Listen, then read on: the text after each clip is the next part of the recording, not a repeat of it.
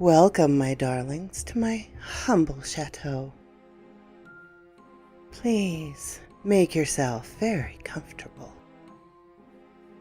Relax your mind and release your imagination to me. I will bring you a story to entrance and entertain. Perhaps a frightening one. Perhaps a steampunk. Perhaps a bit of mythology. Anyway, sit back, enjoy, and subscribe to me.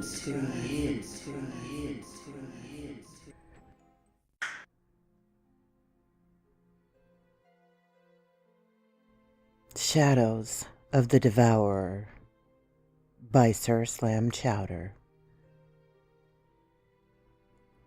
Boston, like most of New England, was and is soundly Federalist in its ideology. When war broke out in 1861, it was a sense of patriotic duty that drove me to leave my home and practice in Bunker Hill in order to tend to the younger men which were volunteering their bodies to the cause.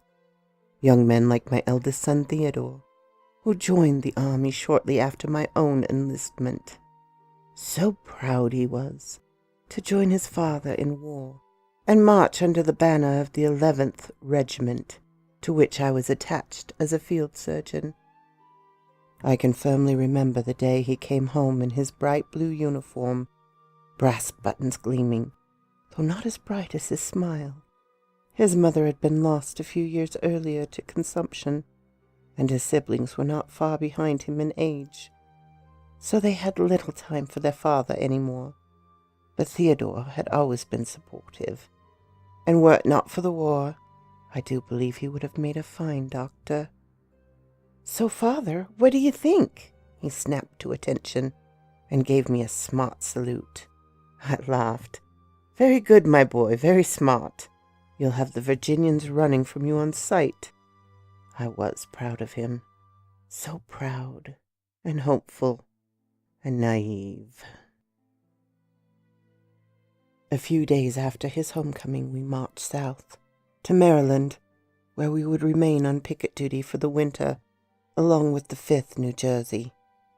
There are not so many wounds to tend on the picket duty, and other than illness brought on by combination of camp conditions and young men's habits, I found myself with some downtime which I failed to appreciate. Along with me in that makeshift hospital was another doctor from New Jersey, who had come with the 5th as their field surgeon. He was tall and handsome, with neat dark hair and clean face, unique in appearance for his heterochromia. One eye a deep brown, almost black, the other a piercing sky blue. Though my junior in years, Dr. Bacon proved himself a capable and sensible man, who I learned could be counted upon like any other peer from Boston. He was stern and took no gaff from the soldiers, but was possessed of a sensitive and artistic soul that was encouraging to work with. Indeed, he even carried a leather-bound journal, which he would take to sketch in when he had time to himself. Often he would recreate scenes from camp, there in Indian Head, or the surrounding Maryland countryside, his steady hand faithfully capturing the life which he observed. I took great enjoyment from reviewing his work, when he allowed it, and told him often that the newspaper man about camp might be interested in some of these for a few dollars. Of course, he always refused to pursue such ventures, like most artists, insisting that his work was merely doodling and not worth serious consideration. I grew to know him well over that simple winter in Maryland, respecting his skills as a surgeon and considering him a friend. On January 13th, we had seen a day of snow and had driven most of the camp to tents and shelters. This meant that there were not many visitors to the hospital, and so Dr. Bacon found ourselves with nothing but each other for company. Conversation fueled by a bottle of rye which I had procured from a sutler for a dime became loose and free turning of our past and education. "Princeton," said Dr. Bacon, following a swig of whiskey. "Then further to Luga, in Trenton for a year, where I worked in a local hospital under the iron fist of Dr. Croft. He was a mean sort. Used to walk in the wards with a cane and beat the students for any infraction, imagined or real. I left as soon as I could in '46 with the only employer that would take a doctor as inexperienced as myself, the United States Army." He raised the bottle in a mock toast. "So it was off to Mexico to bandage bullet wounds." "So that's where you cut your teeth, in the Mexican War? My God, what a way to learn medicine." "Trial by fire, doctor. The best way to learn quickly, and the Mexicans turned out to be more hospitable than Dr. Croft." We laughed, and he passed the bottle to me. We spent the next few moments in silence before he spoke again. "I learned other things in Mexico, too. Things about bodies, and what happens to them when they are ripped open by minie balls and artillery. Paste. And the smell of 1,000 boys laying in the desert heat. I don't think I'll ever get that smell out of my nose. I hate to think about it, but I expect I will know that smell again all too soon. But the worst is, at night, when things come to feed on the remains, you can hear them in their multitudes for miles." "Coyotes and vultures," I said, nodding. Dr. Bacon looked at me with faraway eyes. "There are things worse than coyotes, my friend." In March, we broke camp and left Indian Head for Virginia by ship.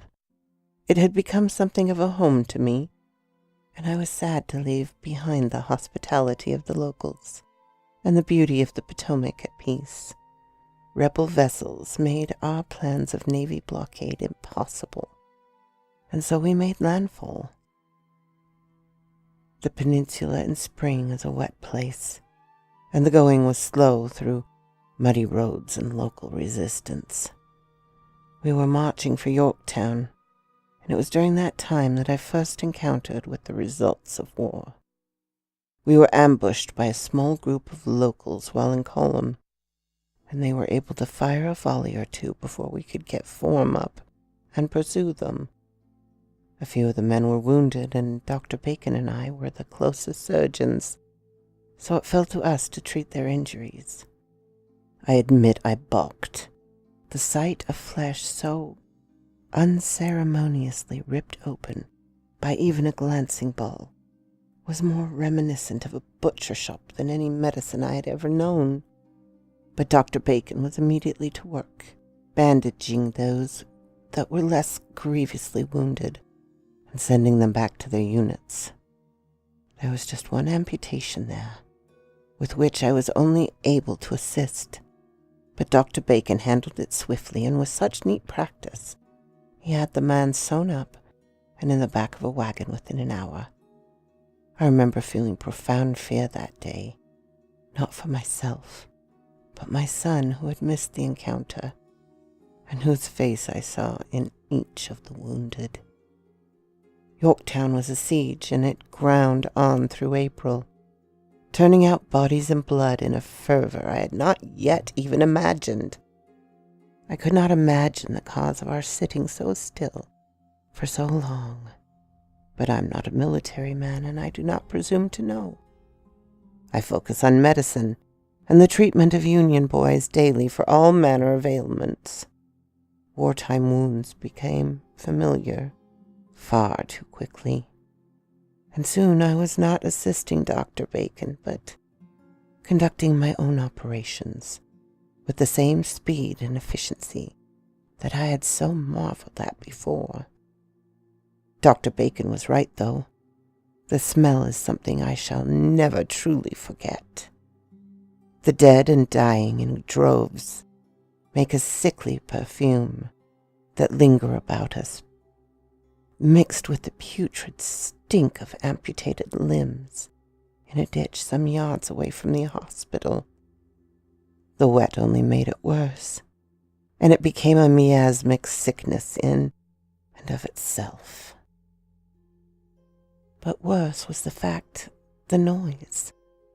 In the small hours, Dr. Bacon and myself would be roused from exhausted slumber to hear the wet gnashing of things sloshing in the mud, feeding on the discarded parts and unburied bodies. The morning brought no relief, for it was evident that a multitude had taken to feasting the previous night, ripping open gangrenous flesh. It was as if a pack of wild dogs was lurking outside of camp and taking their providence at night, leaving us macabre art in the way of torn flesh and gnawed bones as the remainder of their visit. I said something to a captain, expressing my concern about the wildlife, and he sent a foraging party to investigate. Of course, they found nothing, and the captain suggested it was my nerves, or age, or some other equally insulting cause. On the 20th of April, I woke to the gruesome alarm of the feeding as had become normal, only to find that my companion was not in his cot as usual, but awake and still dressed in yesterday's soiled clothes. He sat with his back to me, hunched over a portable desk we shared, scribbling madly at his leather sketchbook. I rose and walked over to him, calling his name, but he did not turn to look, only kept at his art, with convulsions of madness making dashes and wild arcs with his charcoal. His hand twitched in a way that seemed without purpose, involuntary spasms leaving marks over the page before him. He muttered feverishly, deaf to the sane world around him. With fear for his health, I took hold of his right shoulder. "Bacon!" I cried, wrenching him around to face me. His multicolored eyes were wild and red with burst veins, and he screamed. Pulling himself free, he lurched out of the tent and into the darkness. I started to follow him, but my gaze lingered on what he had been so fervently illustrating. It was a monstrous depiction ripped from the imagination of a tortured mind, but no less imperfect than the other work created by my friend. It was a creature of squat form, with limbs too long for its body, and a head like a dog, but twisted and malformed. What struck me most was the reality of it. Like his other work, it seemed to possess all of the detail of life that can only be taken from direct observation. The blood left my face, and I sat, hand trembling, gripping the journal, for unknown minutes, until suddenly and violently I threw the journal against the canvas wall of the tent. It was silent, and I wept until morning. Dr. Bacon was considered a deserter after nor his body could be found by a search in the morning. The same captain as I had requested to search for wild dogs made similar suggestions as to my friend's mental state as he had my own. Even my son found time to visit me shortly after the event to look after my health. He had known of my friendship with Dr. Bacon and clearly had some concern for my health, though he had much more tact and grace than his superior. We stayed in that place for another 14 days, and I labored alone in the hospital. The sickness and retch grew worse with each passing day. The nocturnal noises had returned, as voracious as ever, but now it seemed more sinister and unnatural than ever before. The siege of Yorktown broke on the 4th of May, and the regiment finally decamped. The rebel army had fled to Williamsburg along with the fortifications of Fort Magruder, and the 11th was part of the pursuing force under General Hooker. The advance was halted by counterattack, and we were once again mired in place. Mud-stalled wagons, Tent pegs could not sink deep enough to find purchase, so the hospital was set up in a commandeered farmhouse. However, unlike the previous month, the dreadful accommodations were made worse by a fusillade of artillery that reached the entirety of the position. Men came to my hospital in droves that day, and my hands were so slick with the blood of the fallen that the amputations became sloppy. There was no pit for the limbs, just a pile of gore sitting in the mud, as far away from the makeshift hospital as we could throw the pieces. That afternoon, over the cries of the dying and the explosions of the bombardment, I heard what I had feared since landing in Virginia. A familiar voice crying for his father. My son was there, hip shattered and gone on the right side. Blood, my boy's blood, flowing into the mud and mixing with the gore slurry around us. I sank to my knees and tried to examine the wound.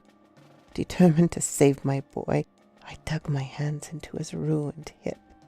Jagged bones ripped at my hands as I pulled free the pieces from my son's body. He screamed, and I screamed for whiskey to ease my Theodore's pain. I pulled out still hot lead, threw it in the gore around us, and went to pull more out, but my son grabbed my arm with white knuckles. He looked at me, and I saw in his eyes, behind the pain, that he knew, and I wept over him. There was no grave for my boy, only the same pile that every other dead son was thrown into that day. I tried to push from my mind the knowledge of what night would bring. When the bodies stopped coming, I drank and wept until exhaustion took me, and then I slept. I woke to stars outside, and the sounds of the same disgusting wet consumption to which I had begun to expect.